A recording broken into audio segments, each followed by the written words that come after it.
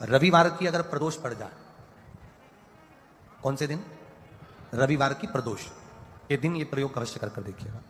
ज्यादा बार नहीं करना है, केवल एक ही बार करना, बाबा स्वयं कृपा करेगा। अपने मंदिर में, अर्थात अपने घर के पास कोई मंदिर हो, शिवालय हो, देवालय हो, जहां शंकर भगवान विराजमान हो, शिवलिंग हो, ऐसी जगह पर अवश्य करें।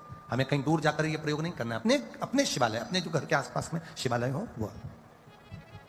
एक बेलपत्र अशोक सुंदरी वाली जगह, अब उसको अशोक सुंदरी की जगह पर भी चढ़ाने का तरीका क्या है? ये शिवलिंग है, ये जलाधारी है, ये जल बहता है, बीच में जो मोटी सी लाइन है वो अशोक सुंदरी का स्थान, ये जो भाग है षडानंद कार्तिकेय गणेश जी और कार्तिकेय जी का। जलाधारी मतलब माता पार्वती जी का हस्तकमल, शिवलिंग मतलब भगवान शंकर का स्वरूप। ऊपर से जो बूंद बूंद पानी इस पर गिरता है वो शंकर भगवान की 5 लड़कियां, जया, विषहरा, शामलीबारी, दौतली और देव। शिव जी की 5 लड़कियां ऊपर, एक लड़की शंकर भगवान की 6ठे नंबर की अशोक सुंदरी उनके चरणारविंद के पास, उनके गणेश, षडानंद, कार्तिकेय के मध्य में।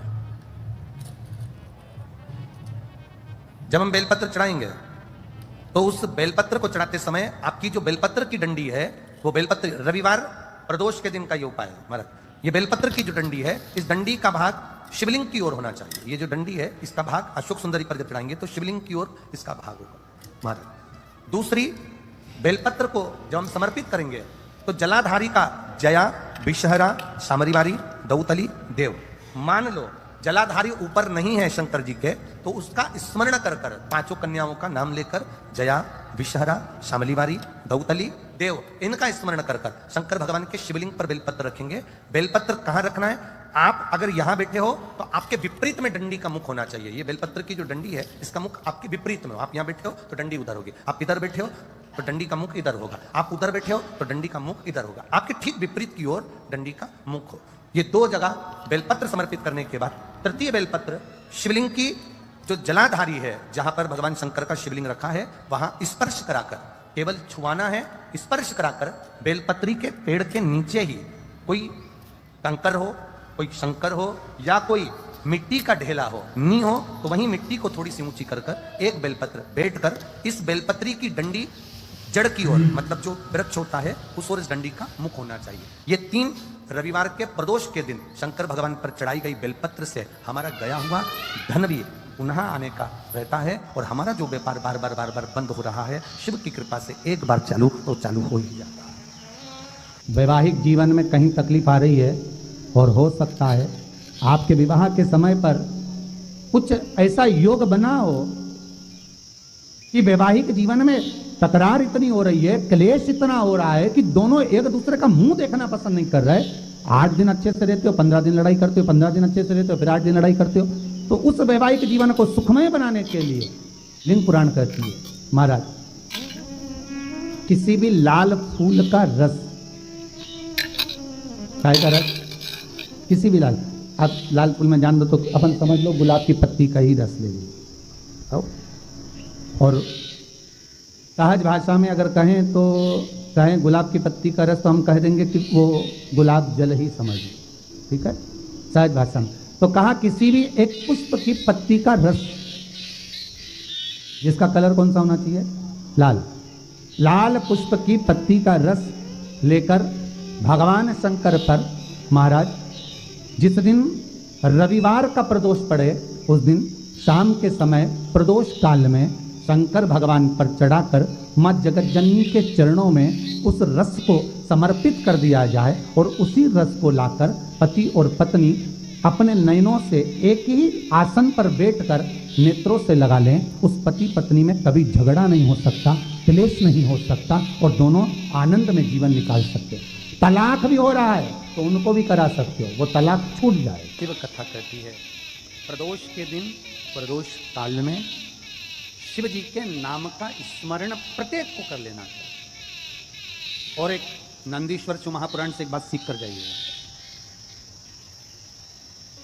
अगर आपको लग रहा है कि दुख समाप्ति नहीं हो रहा है, एक बीमारी से उठे दूसरी बीमारी में लग गए, फिर कोई दुख आ गया, फिर कोई दुख आ गया, फिर कोई तकलीफ आ गई, फिर कोई तकलीफ आ गई, बार बार आपको लग रहा है कि दुख पीछा ही नहीं छोड़ रहा, तो नंदीश्वर शिव महापुराण की कथा आपको कह रही है प्रदोष के दिन प्रदोष काल में 2 जगह दिए लगाना प्रारंभ कर दो।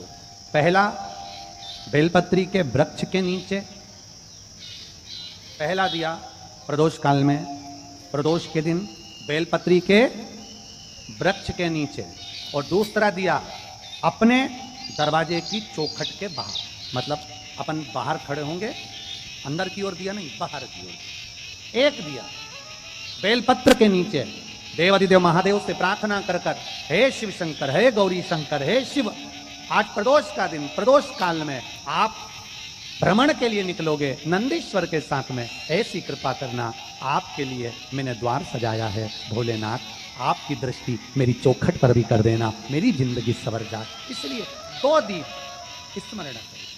हाँ, अच्छा इशारा करा है, उसको समझ रहे हो।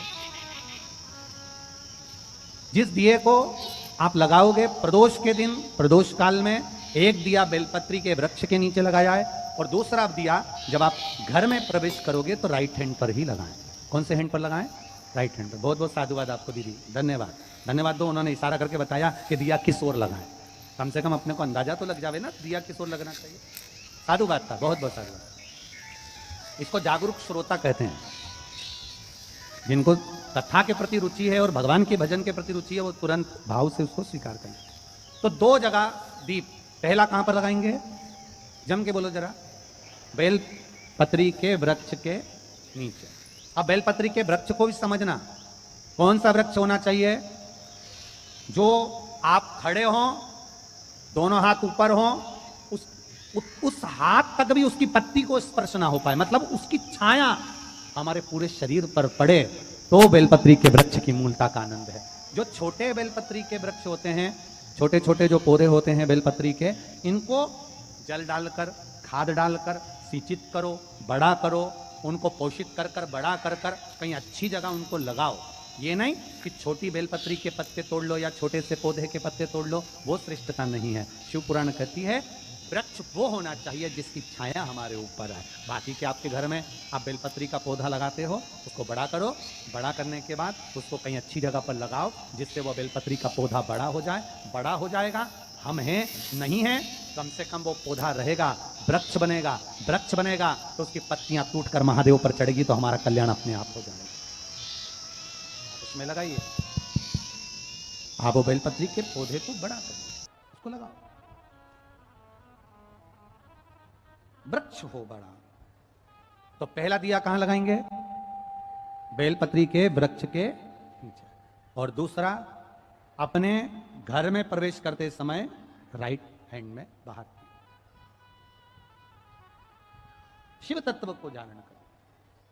कौन से दिन? जम के बोलो जरा। प्रदोष के दिन। कौन से समय? प्रदोष काल, शाम का जो समय हो, शाम का समय, प्रदोष काल का समय, भगवान को दीप प्रज्वलित कर दिया।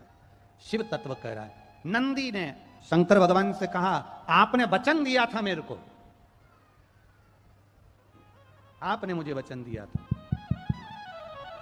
आपने मुझे वचन दिया था भोलेनाथ कि प्रदोष के दिन, प्रदोष काल में नंदी तू मुझे जहां ले जाकर खड़ा कर देगा, उसके आसपास में जहां मेरी दृष्टि पड़ेगी, वो जो मांगेगा महादेव उसकी झोली खुशियों से भर देगा। उससे 1000 गुना शिवलिंग में बल की प्राप्ति होती है।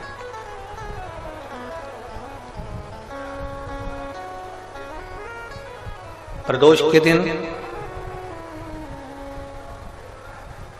यदि आपको कहीं से शमी पत्र मिल जाए, प्रदोष के दिन यदि कहीं से आपको शमी पत्र मिल जाए, और प्रदोष काल में, प्रदोष का जो समय होता है, शाम का जो समय होता है प्रदोष काल,